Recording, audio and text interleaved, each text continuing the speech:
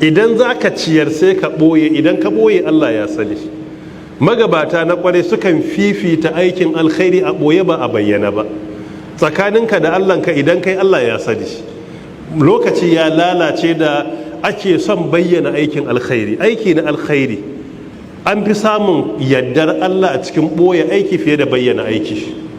Muna da magabatan da sadaka idan za su yi a dare, wallahi al'azim ba sa sani ma wanda suka ba wa sadakan ya sani bare wani ya sani. Akwai magabaci mai suna Abul Hassan, mai arziki ne a garinsa, sai ya bari in an shiga cikin wani hali na yunwa a dare sai ya buɗe gidansa ya riga ɗaukan buhun abinci yana yawo a dare iya zuwa ta kan katanga yana jefawa talakawa a gidajensu babu wanda ya sani. Sai ka fito da asuba sai ka samu an jeho maka buhun shinkafa ko abin da ya kama da haka gida. Aka rasa wa yake wannan a garin Madina, suka yi su gane kuma Allah bai bayyana musu ba. Sai a ranar da ya rasu washe gari sai aka ga a dare kowa ya tayi sai ga ba abinci a gidansa, mabugata babu, sati ɗaya babu, wata ɗaya babu. Suka ce wallahi ma faqadna sadaqata sirri illa ba'da amma ta Abul Hasan, ba mu rasa sadakar boye ba san da ya rasu, sai muka gane ashe duk wannan aikin alkhairin shi yake ba mu sani ba. Kai da kake yake ba wa ma baka san yana yi ba, balle kuma ba wani labari. Shi yasa aiki na alkhairi mu riga juriya muna ɓoye shi, ba abun a bayyana ba ne. Allah da kai don ya sani.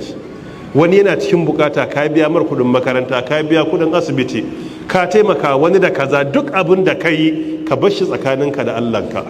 Mu kuma idan aka mana alkhairi mu koyi juriyar appreciating alkhairi da kuma cewa wane shi ya mini, ina neman taimako, wane ya dauki kuɗi, asibiti ne nawa ne, iyali ba lafiya, sai baka 100. Kar ka bari shi sai ya ce shi ya baka, kai ka je ka ga yan uwanka, uwar gida ga abin da ya faru, wallahi wane ya bamu 100 na asibiti, wane ɗanka ya zo gaishe ka, da Allah koyi wani addu'a, ai mahaifiyarka ba lafiya, shi ban 100 na biya, lokaci kaza wani shi yayi kaza. Mu idan aka mana alheri mu koyi ɗabi'ar appreciating da gaya wa na kusa da mu an mana, amma kar mu zama kaman kaji, idan muka ci sai mu goge bakin mu yi shiru, bakin mu alaikum, ba haka musulunci yake ba.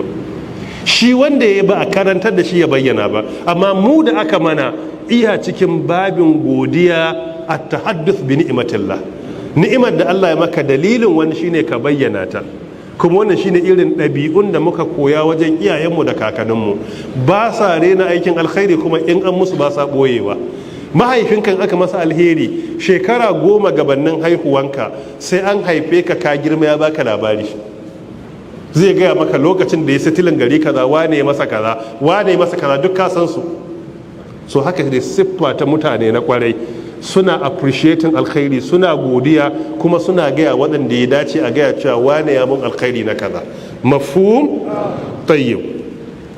Lokacin da aka saukar da wannan aya, lan tanalul birra hatta tunfiqu mimma tuhibbun, ba za ku samu aljanna ba sai kun ciyar da abin da kuke so.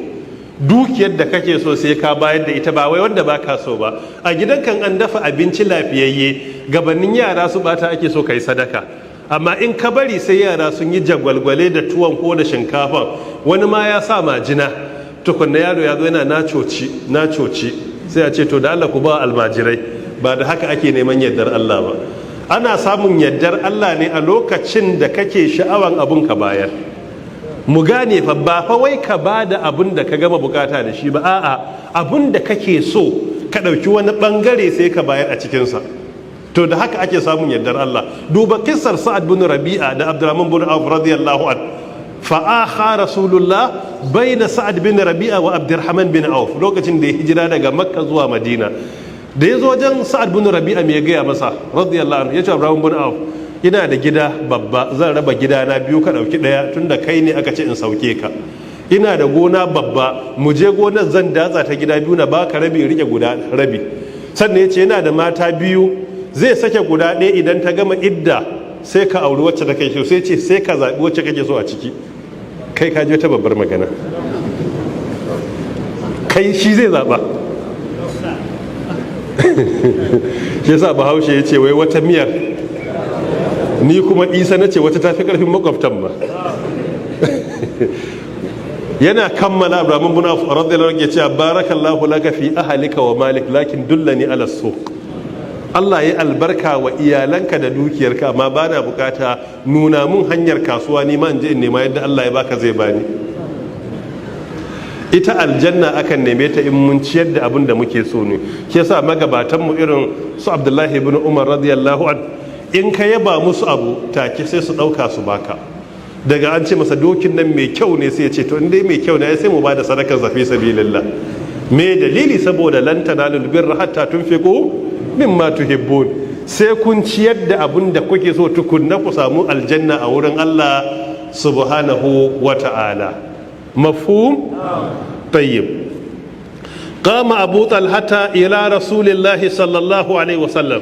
أنا سوقت آير سي أبو طلحة يميكي سيت في وجه من زون الله سيراد أمين صبت أغريش فقال سيتي يا رسول الله يا من زون الله إن الله تبارك وتعالى يقول الله تعالى يدعي لن تنالوا البر حتى تنفقوا مما تحبون وما تنفقوا من شيء فإن الله به عليم. سيتي وإن أحب أموالي إلي بيرها. ما في soyuwan dukiyata a duk duniya shine lambuna mai suna bairuha, wanda fiyayyen halitta da kansa yana shiga ciki ya sha ruwa. Wa innaha sadaqatun lillah arju birraha wa dhukhraha inda Allah. Sai ce manzon Allah ka karbe ta a matsayin sadaka da na bayar zuwa ga Allah. Ina fatan Allah ya bani nagartatta, shine Allah ya bani aljanna, sannan wa dhukhraha Allah ya ajiye mun ita a wurinsa zuwa lokacin da nake bukata a lahira. Fadhaha ya rasulullah haythu araka Allah.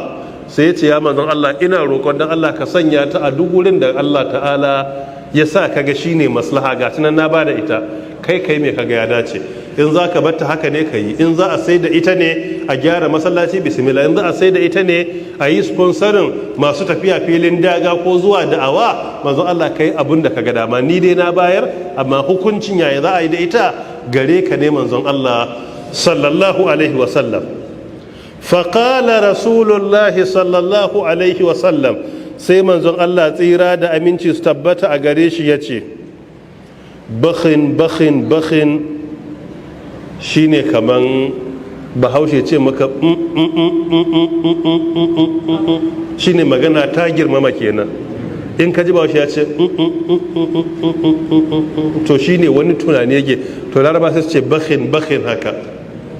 waɗannan expression ne da asali ba wai magana ba ne, amma kuma aka faɗa to ana mamakin abu ne. To shine abin ya bashi mamaki. Manzon Allah ya ce zalika malun rabih, zalika malun rabih. Wannan dukiya lalle dukiya ce mai riba, dukiya ce mai albarka. Rabiha daga kaman a ce ka ci riba ne. Zalika malun rabih, wannan dukiya ce lalle da an ci ribarta. Me dalili? Saboda abin da ka bayar don Allah a lahira shine naka. Abin da ka ci a duniya wannan kuma karshen sa ba ya sha ba shine ya kare a shadda.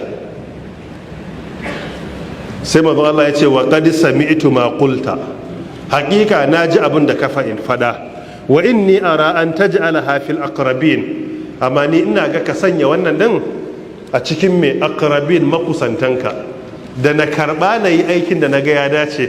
Ina baka shawari Abu Talha, ka ɗauke ta ka ba wa 'yan uwanka na jini a matsayin sadaka fi sabilillahi. Wannan shine muhallin shahid din. Kaga shi ya bar a ba wa bare ko ai wani abu, annabi ya ce a'a ba wa 'yan uwanka na kusa, dan me? Ai ba zakka bace, sadakar nafila ne. To fara da makusantanka sune al-aqrabin. Faqala Abu Talha, sai Abu Talha radiyallahu anhu ya ce af'alu ya rasulullah, zan aikata haka ya manzon Allah. فقسمها أبو طلحة في أقاربه وبني عمه. sai Abu Talha ya raba gona tsakanin 'yan uwansa na jini da 'ya'yan baffaninsa da suka saura, saboda a lokacin su ne mafi kusanci gare shi rayayyu. Kana fara da makusantanka rayayyu ne wanda suka fi kowa kusanci da kai. In baffanka na nan to haƙƙinsa ya fi na ɗansa, in kawunka na raye haƙƙin kyautata masa ya fi na ɗansa. Mafhum? Tayyib. Idan babanka na raye haƙƙin kyautatawa ya fi na kakanka ko da yana raye. idan ɗanka na raye haƙƙin kyautatawan ya fi na ɗansa, amma lokacin da suka gushe kuma sai haƙƙin ya koma kan waɗanda suke magadansu. don haka sai ya sanya wannan tsakanin makusantansa da 'ya'yan baffanninsa